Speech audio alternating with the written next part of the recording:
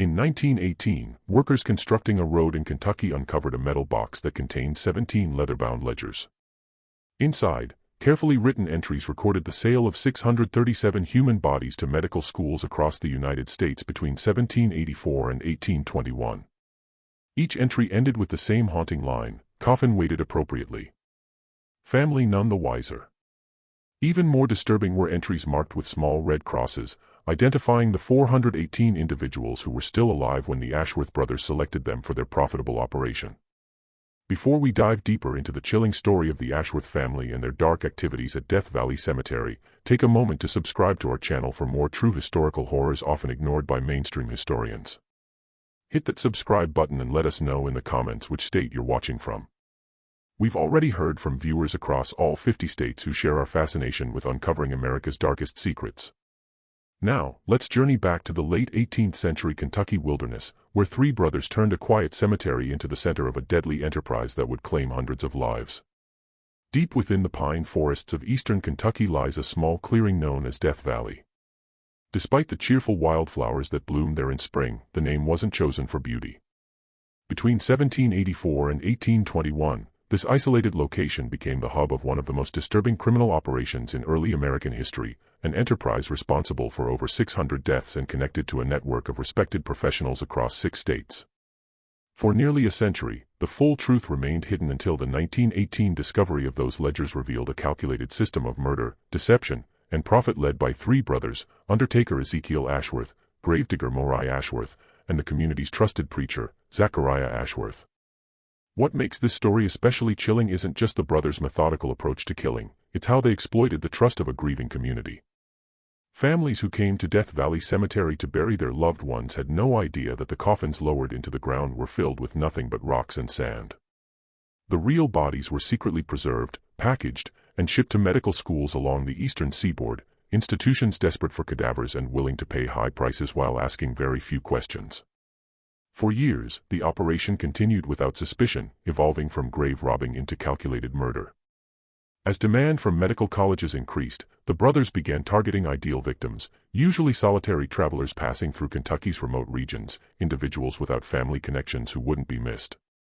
The final entries in the ledger suggest the operation expanded to include dozens of accomplices, physicians, professors, and even government officials who profited from this gruesome trade. This dark chapter might have remained buried forever if not for a widow named Elizabeth Caldwell. In the autumn of 1821, she began questioning why her husband's coffin felt unusually light. Her persistence would set off a chain of events that ultimately exposed the horrifying truth behind Death Valley Cemetery. The settlement later known as Ashworth Creek started as a small group of cabins deep in eastern Kentucky, about 50 miles from the Virginia border.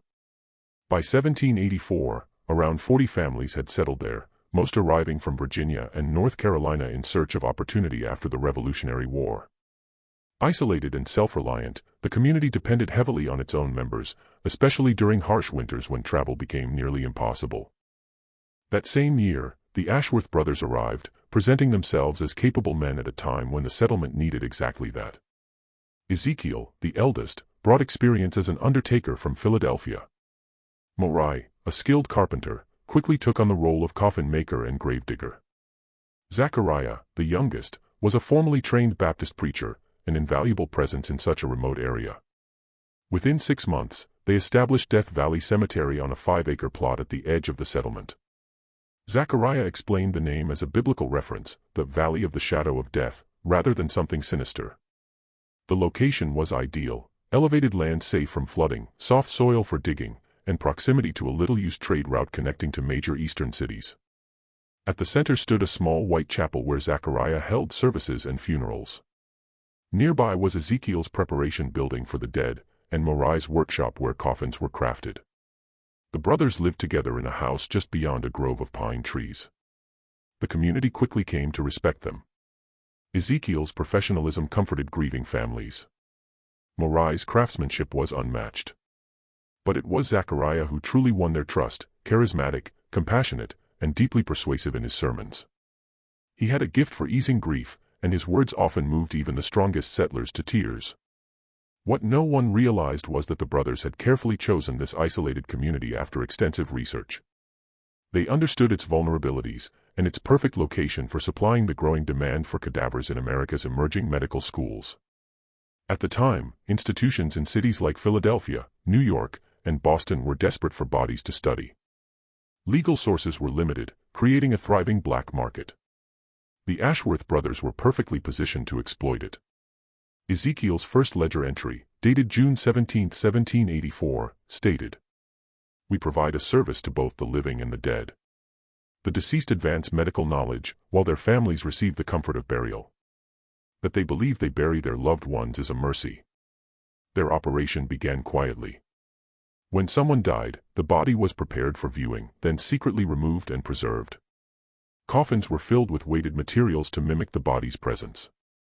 Meanwhile, the real remains were packed and shipped in crates disguised as tools. At first, they worked cautiously, shipping just 8 bodies in their first year. But the profits were significant. By 1787, they expanded their reach, collecting bodies from nearby settlements and increasing shipments.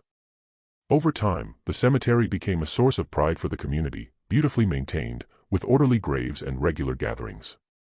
No one questioned the brothers' occasional absences, believing them to be business trips. Behind the scenes, however, the operation grew more sophisticated. They developed coded communication with clients, referring to bodies as harvests and using industry-like terminology to describe specimens. By 1790, the brothers had become some of the wealthiest landowners in the region, all while maintaining a modest appearance. Then, in 1791, everything changed. A letter from a medical college offered $40 per body, double previous rates. This marked a turning point. The brothers realized they no longer needed to wait for natural deaths. Their first intentional victim was a traveler seeking shelter. He was invited to dinner and poisoned. From that moment on, murder became a systematic part of their operation. They targeted travelers, refined their methods, and expanded their network. By 1795, most of their bodies came from murder rather than natural death. Over the next decades, their operation evolved into a full-scale system of death, supported by a network of professionals who either knew the truth or chose to ignore it. By the early 1800s, they were shipping dozens of bodies each year, earning fortunes while maintaining complete trust within their community. But their downfall began with one woman, Elizabeth Caldwell.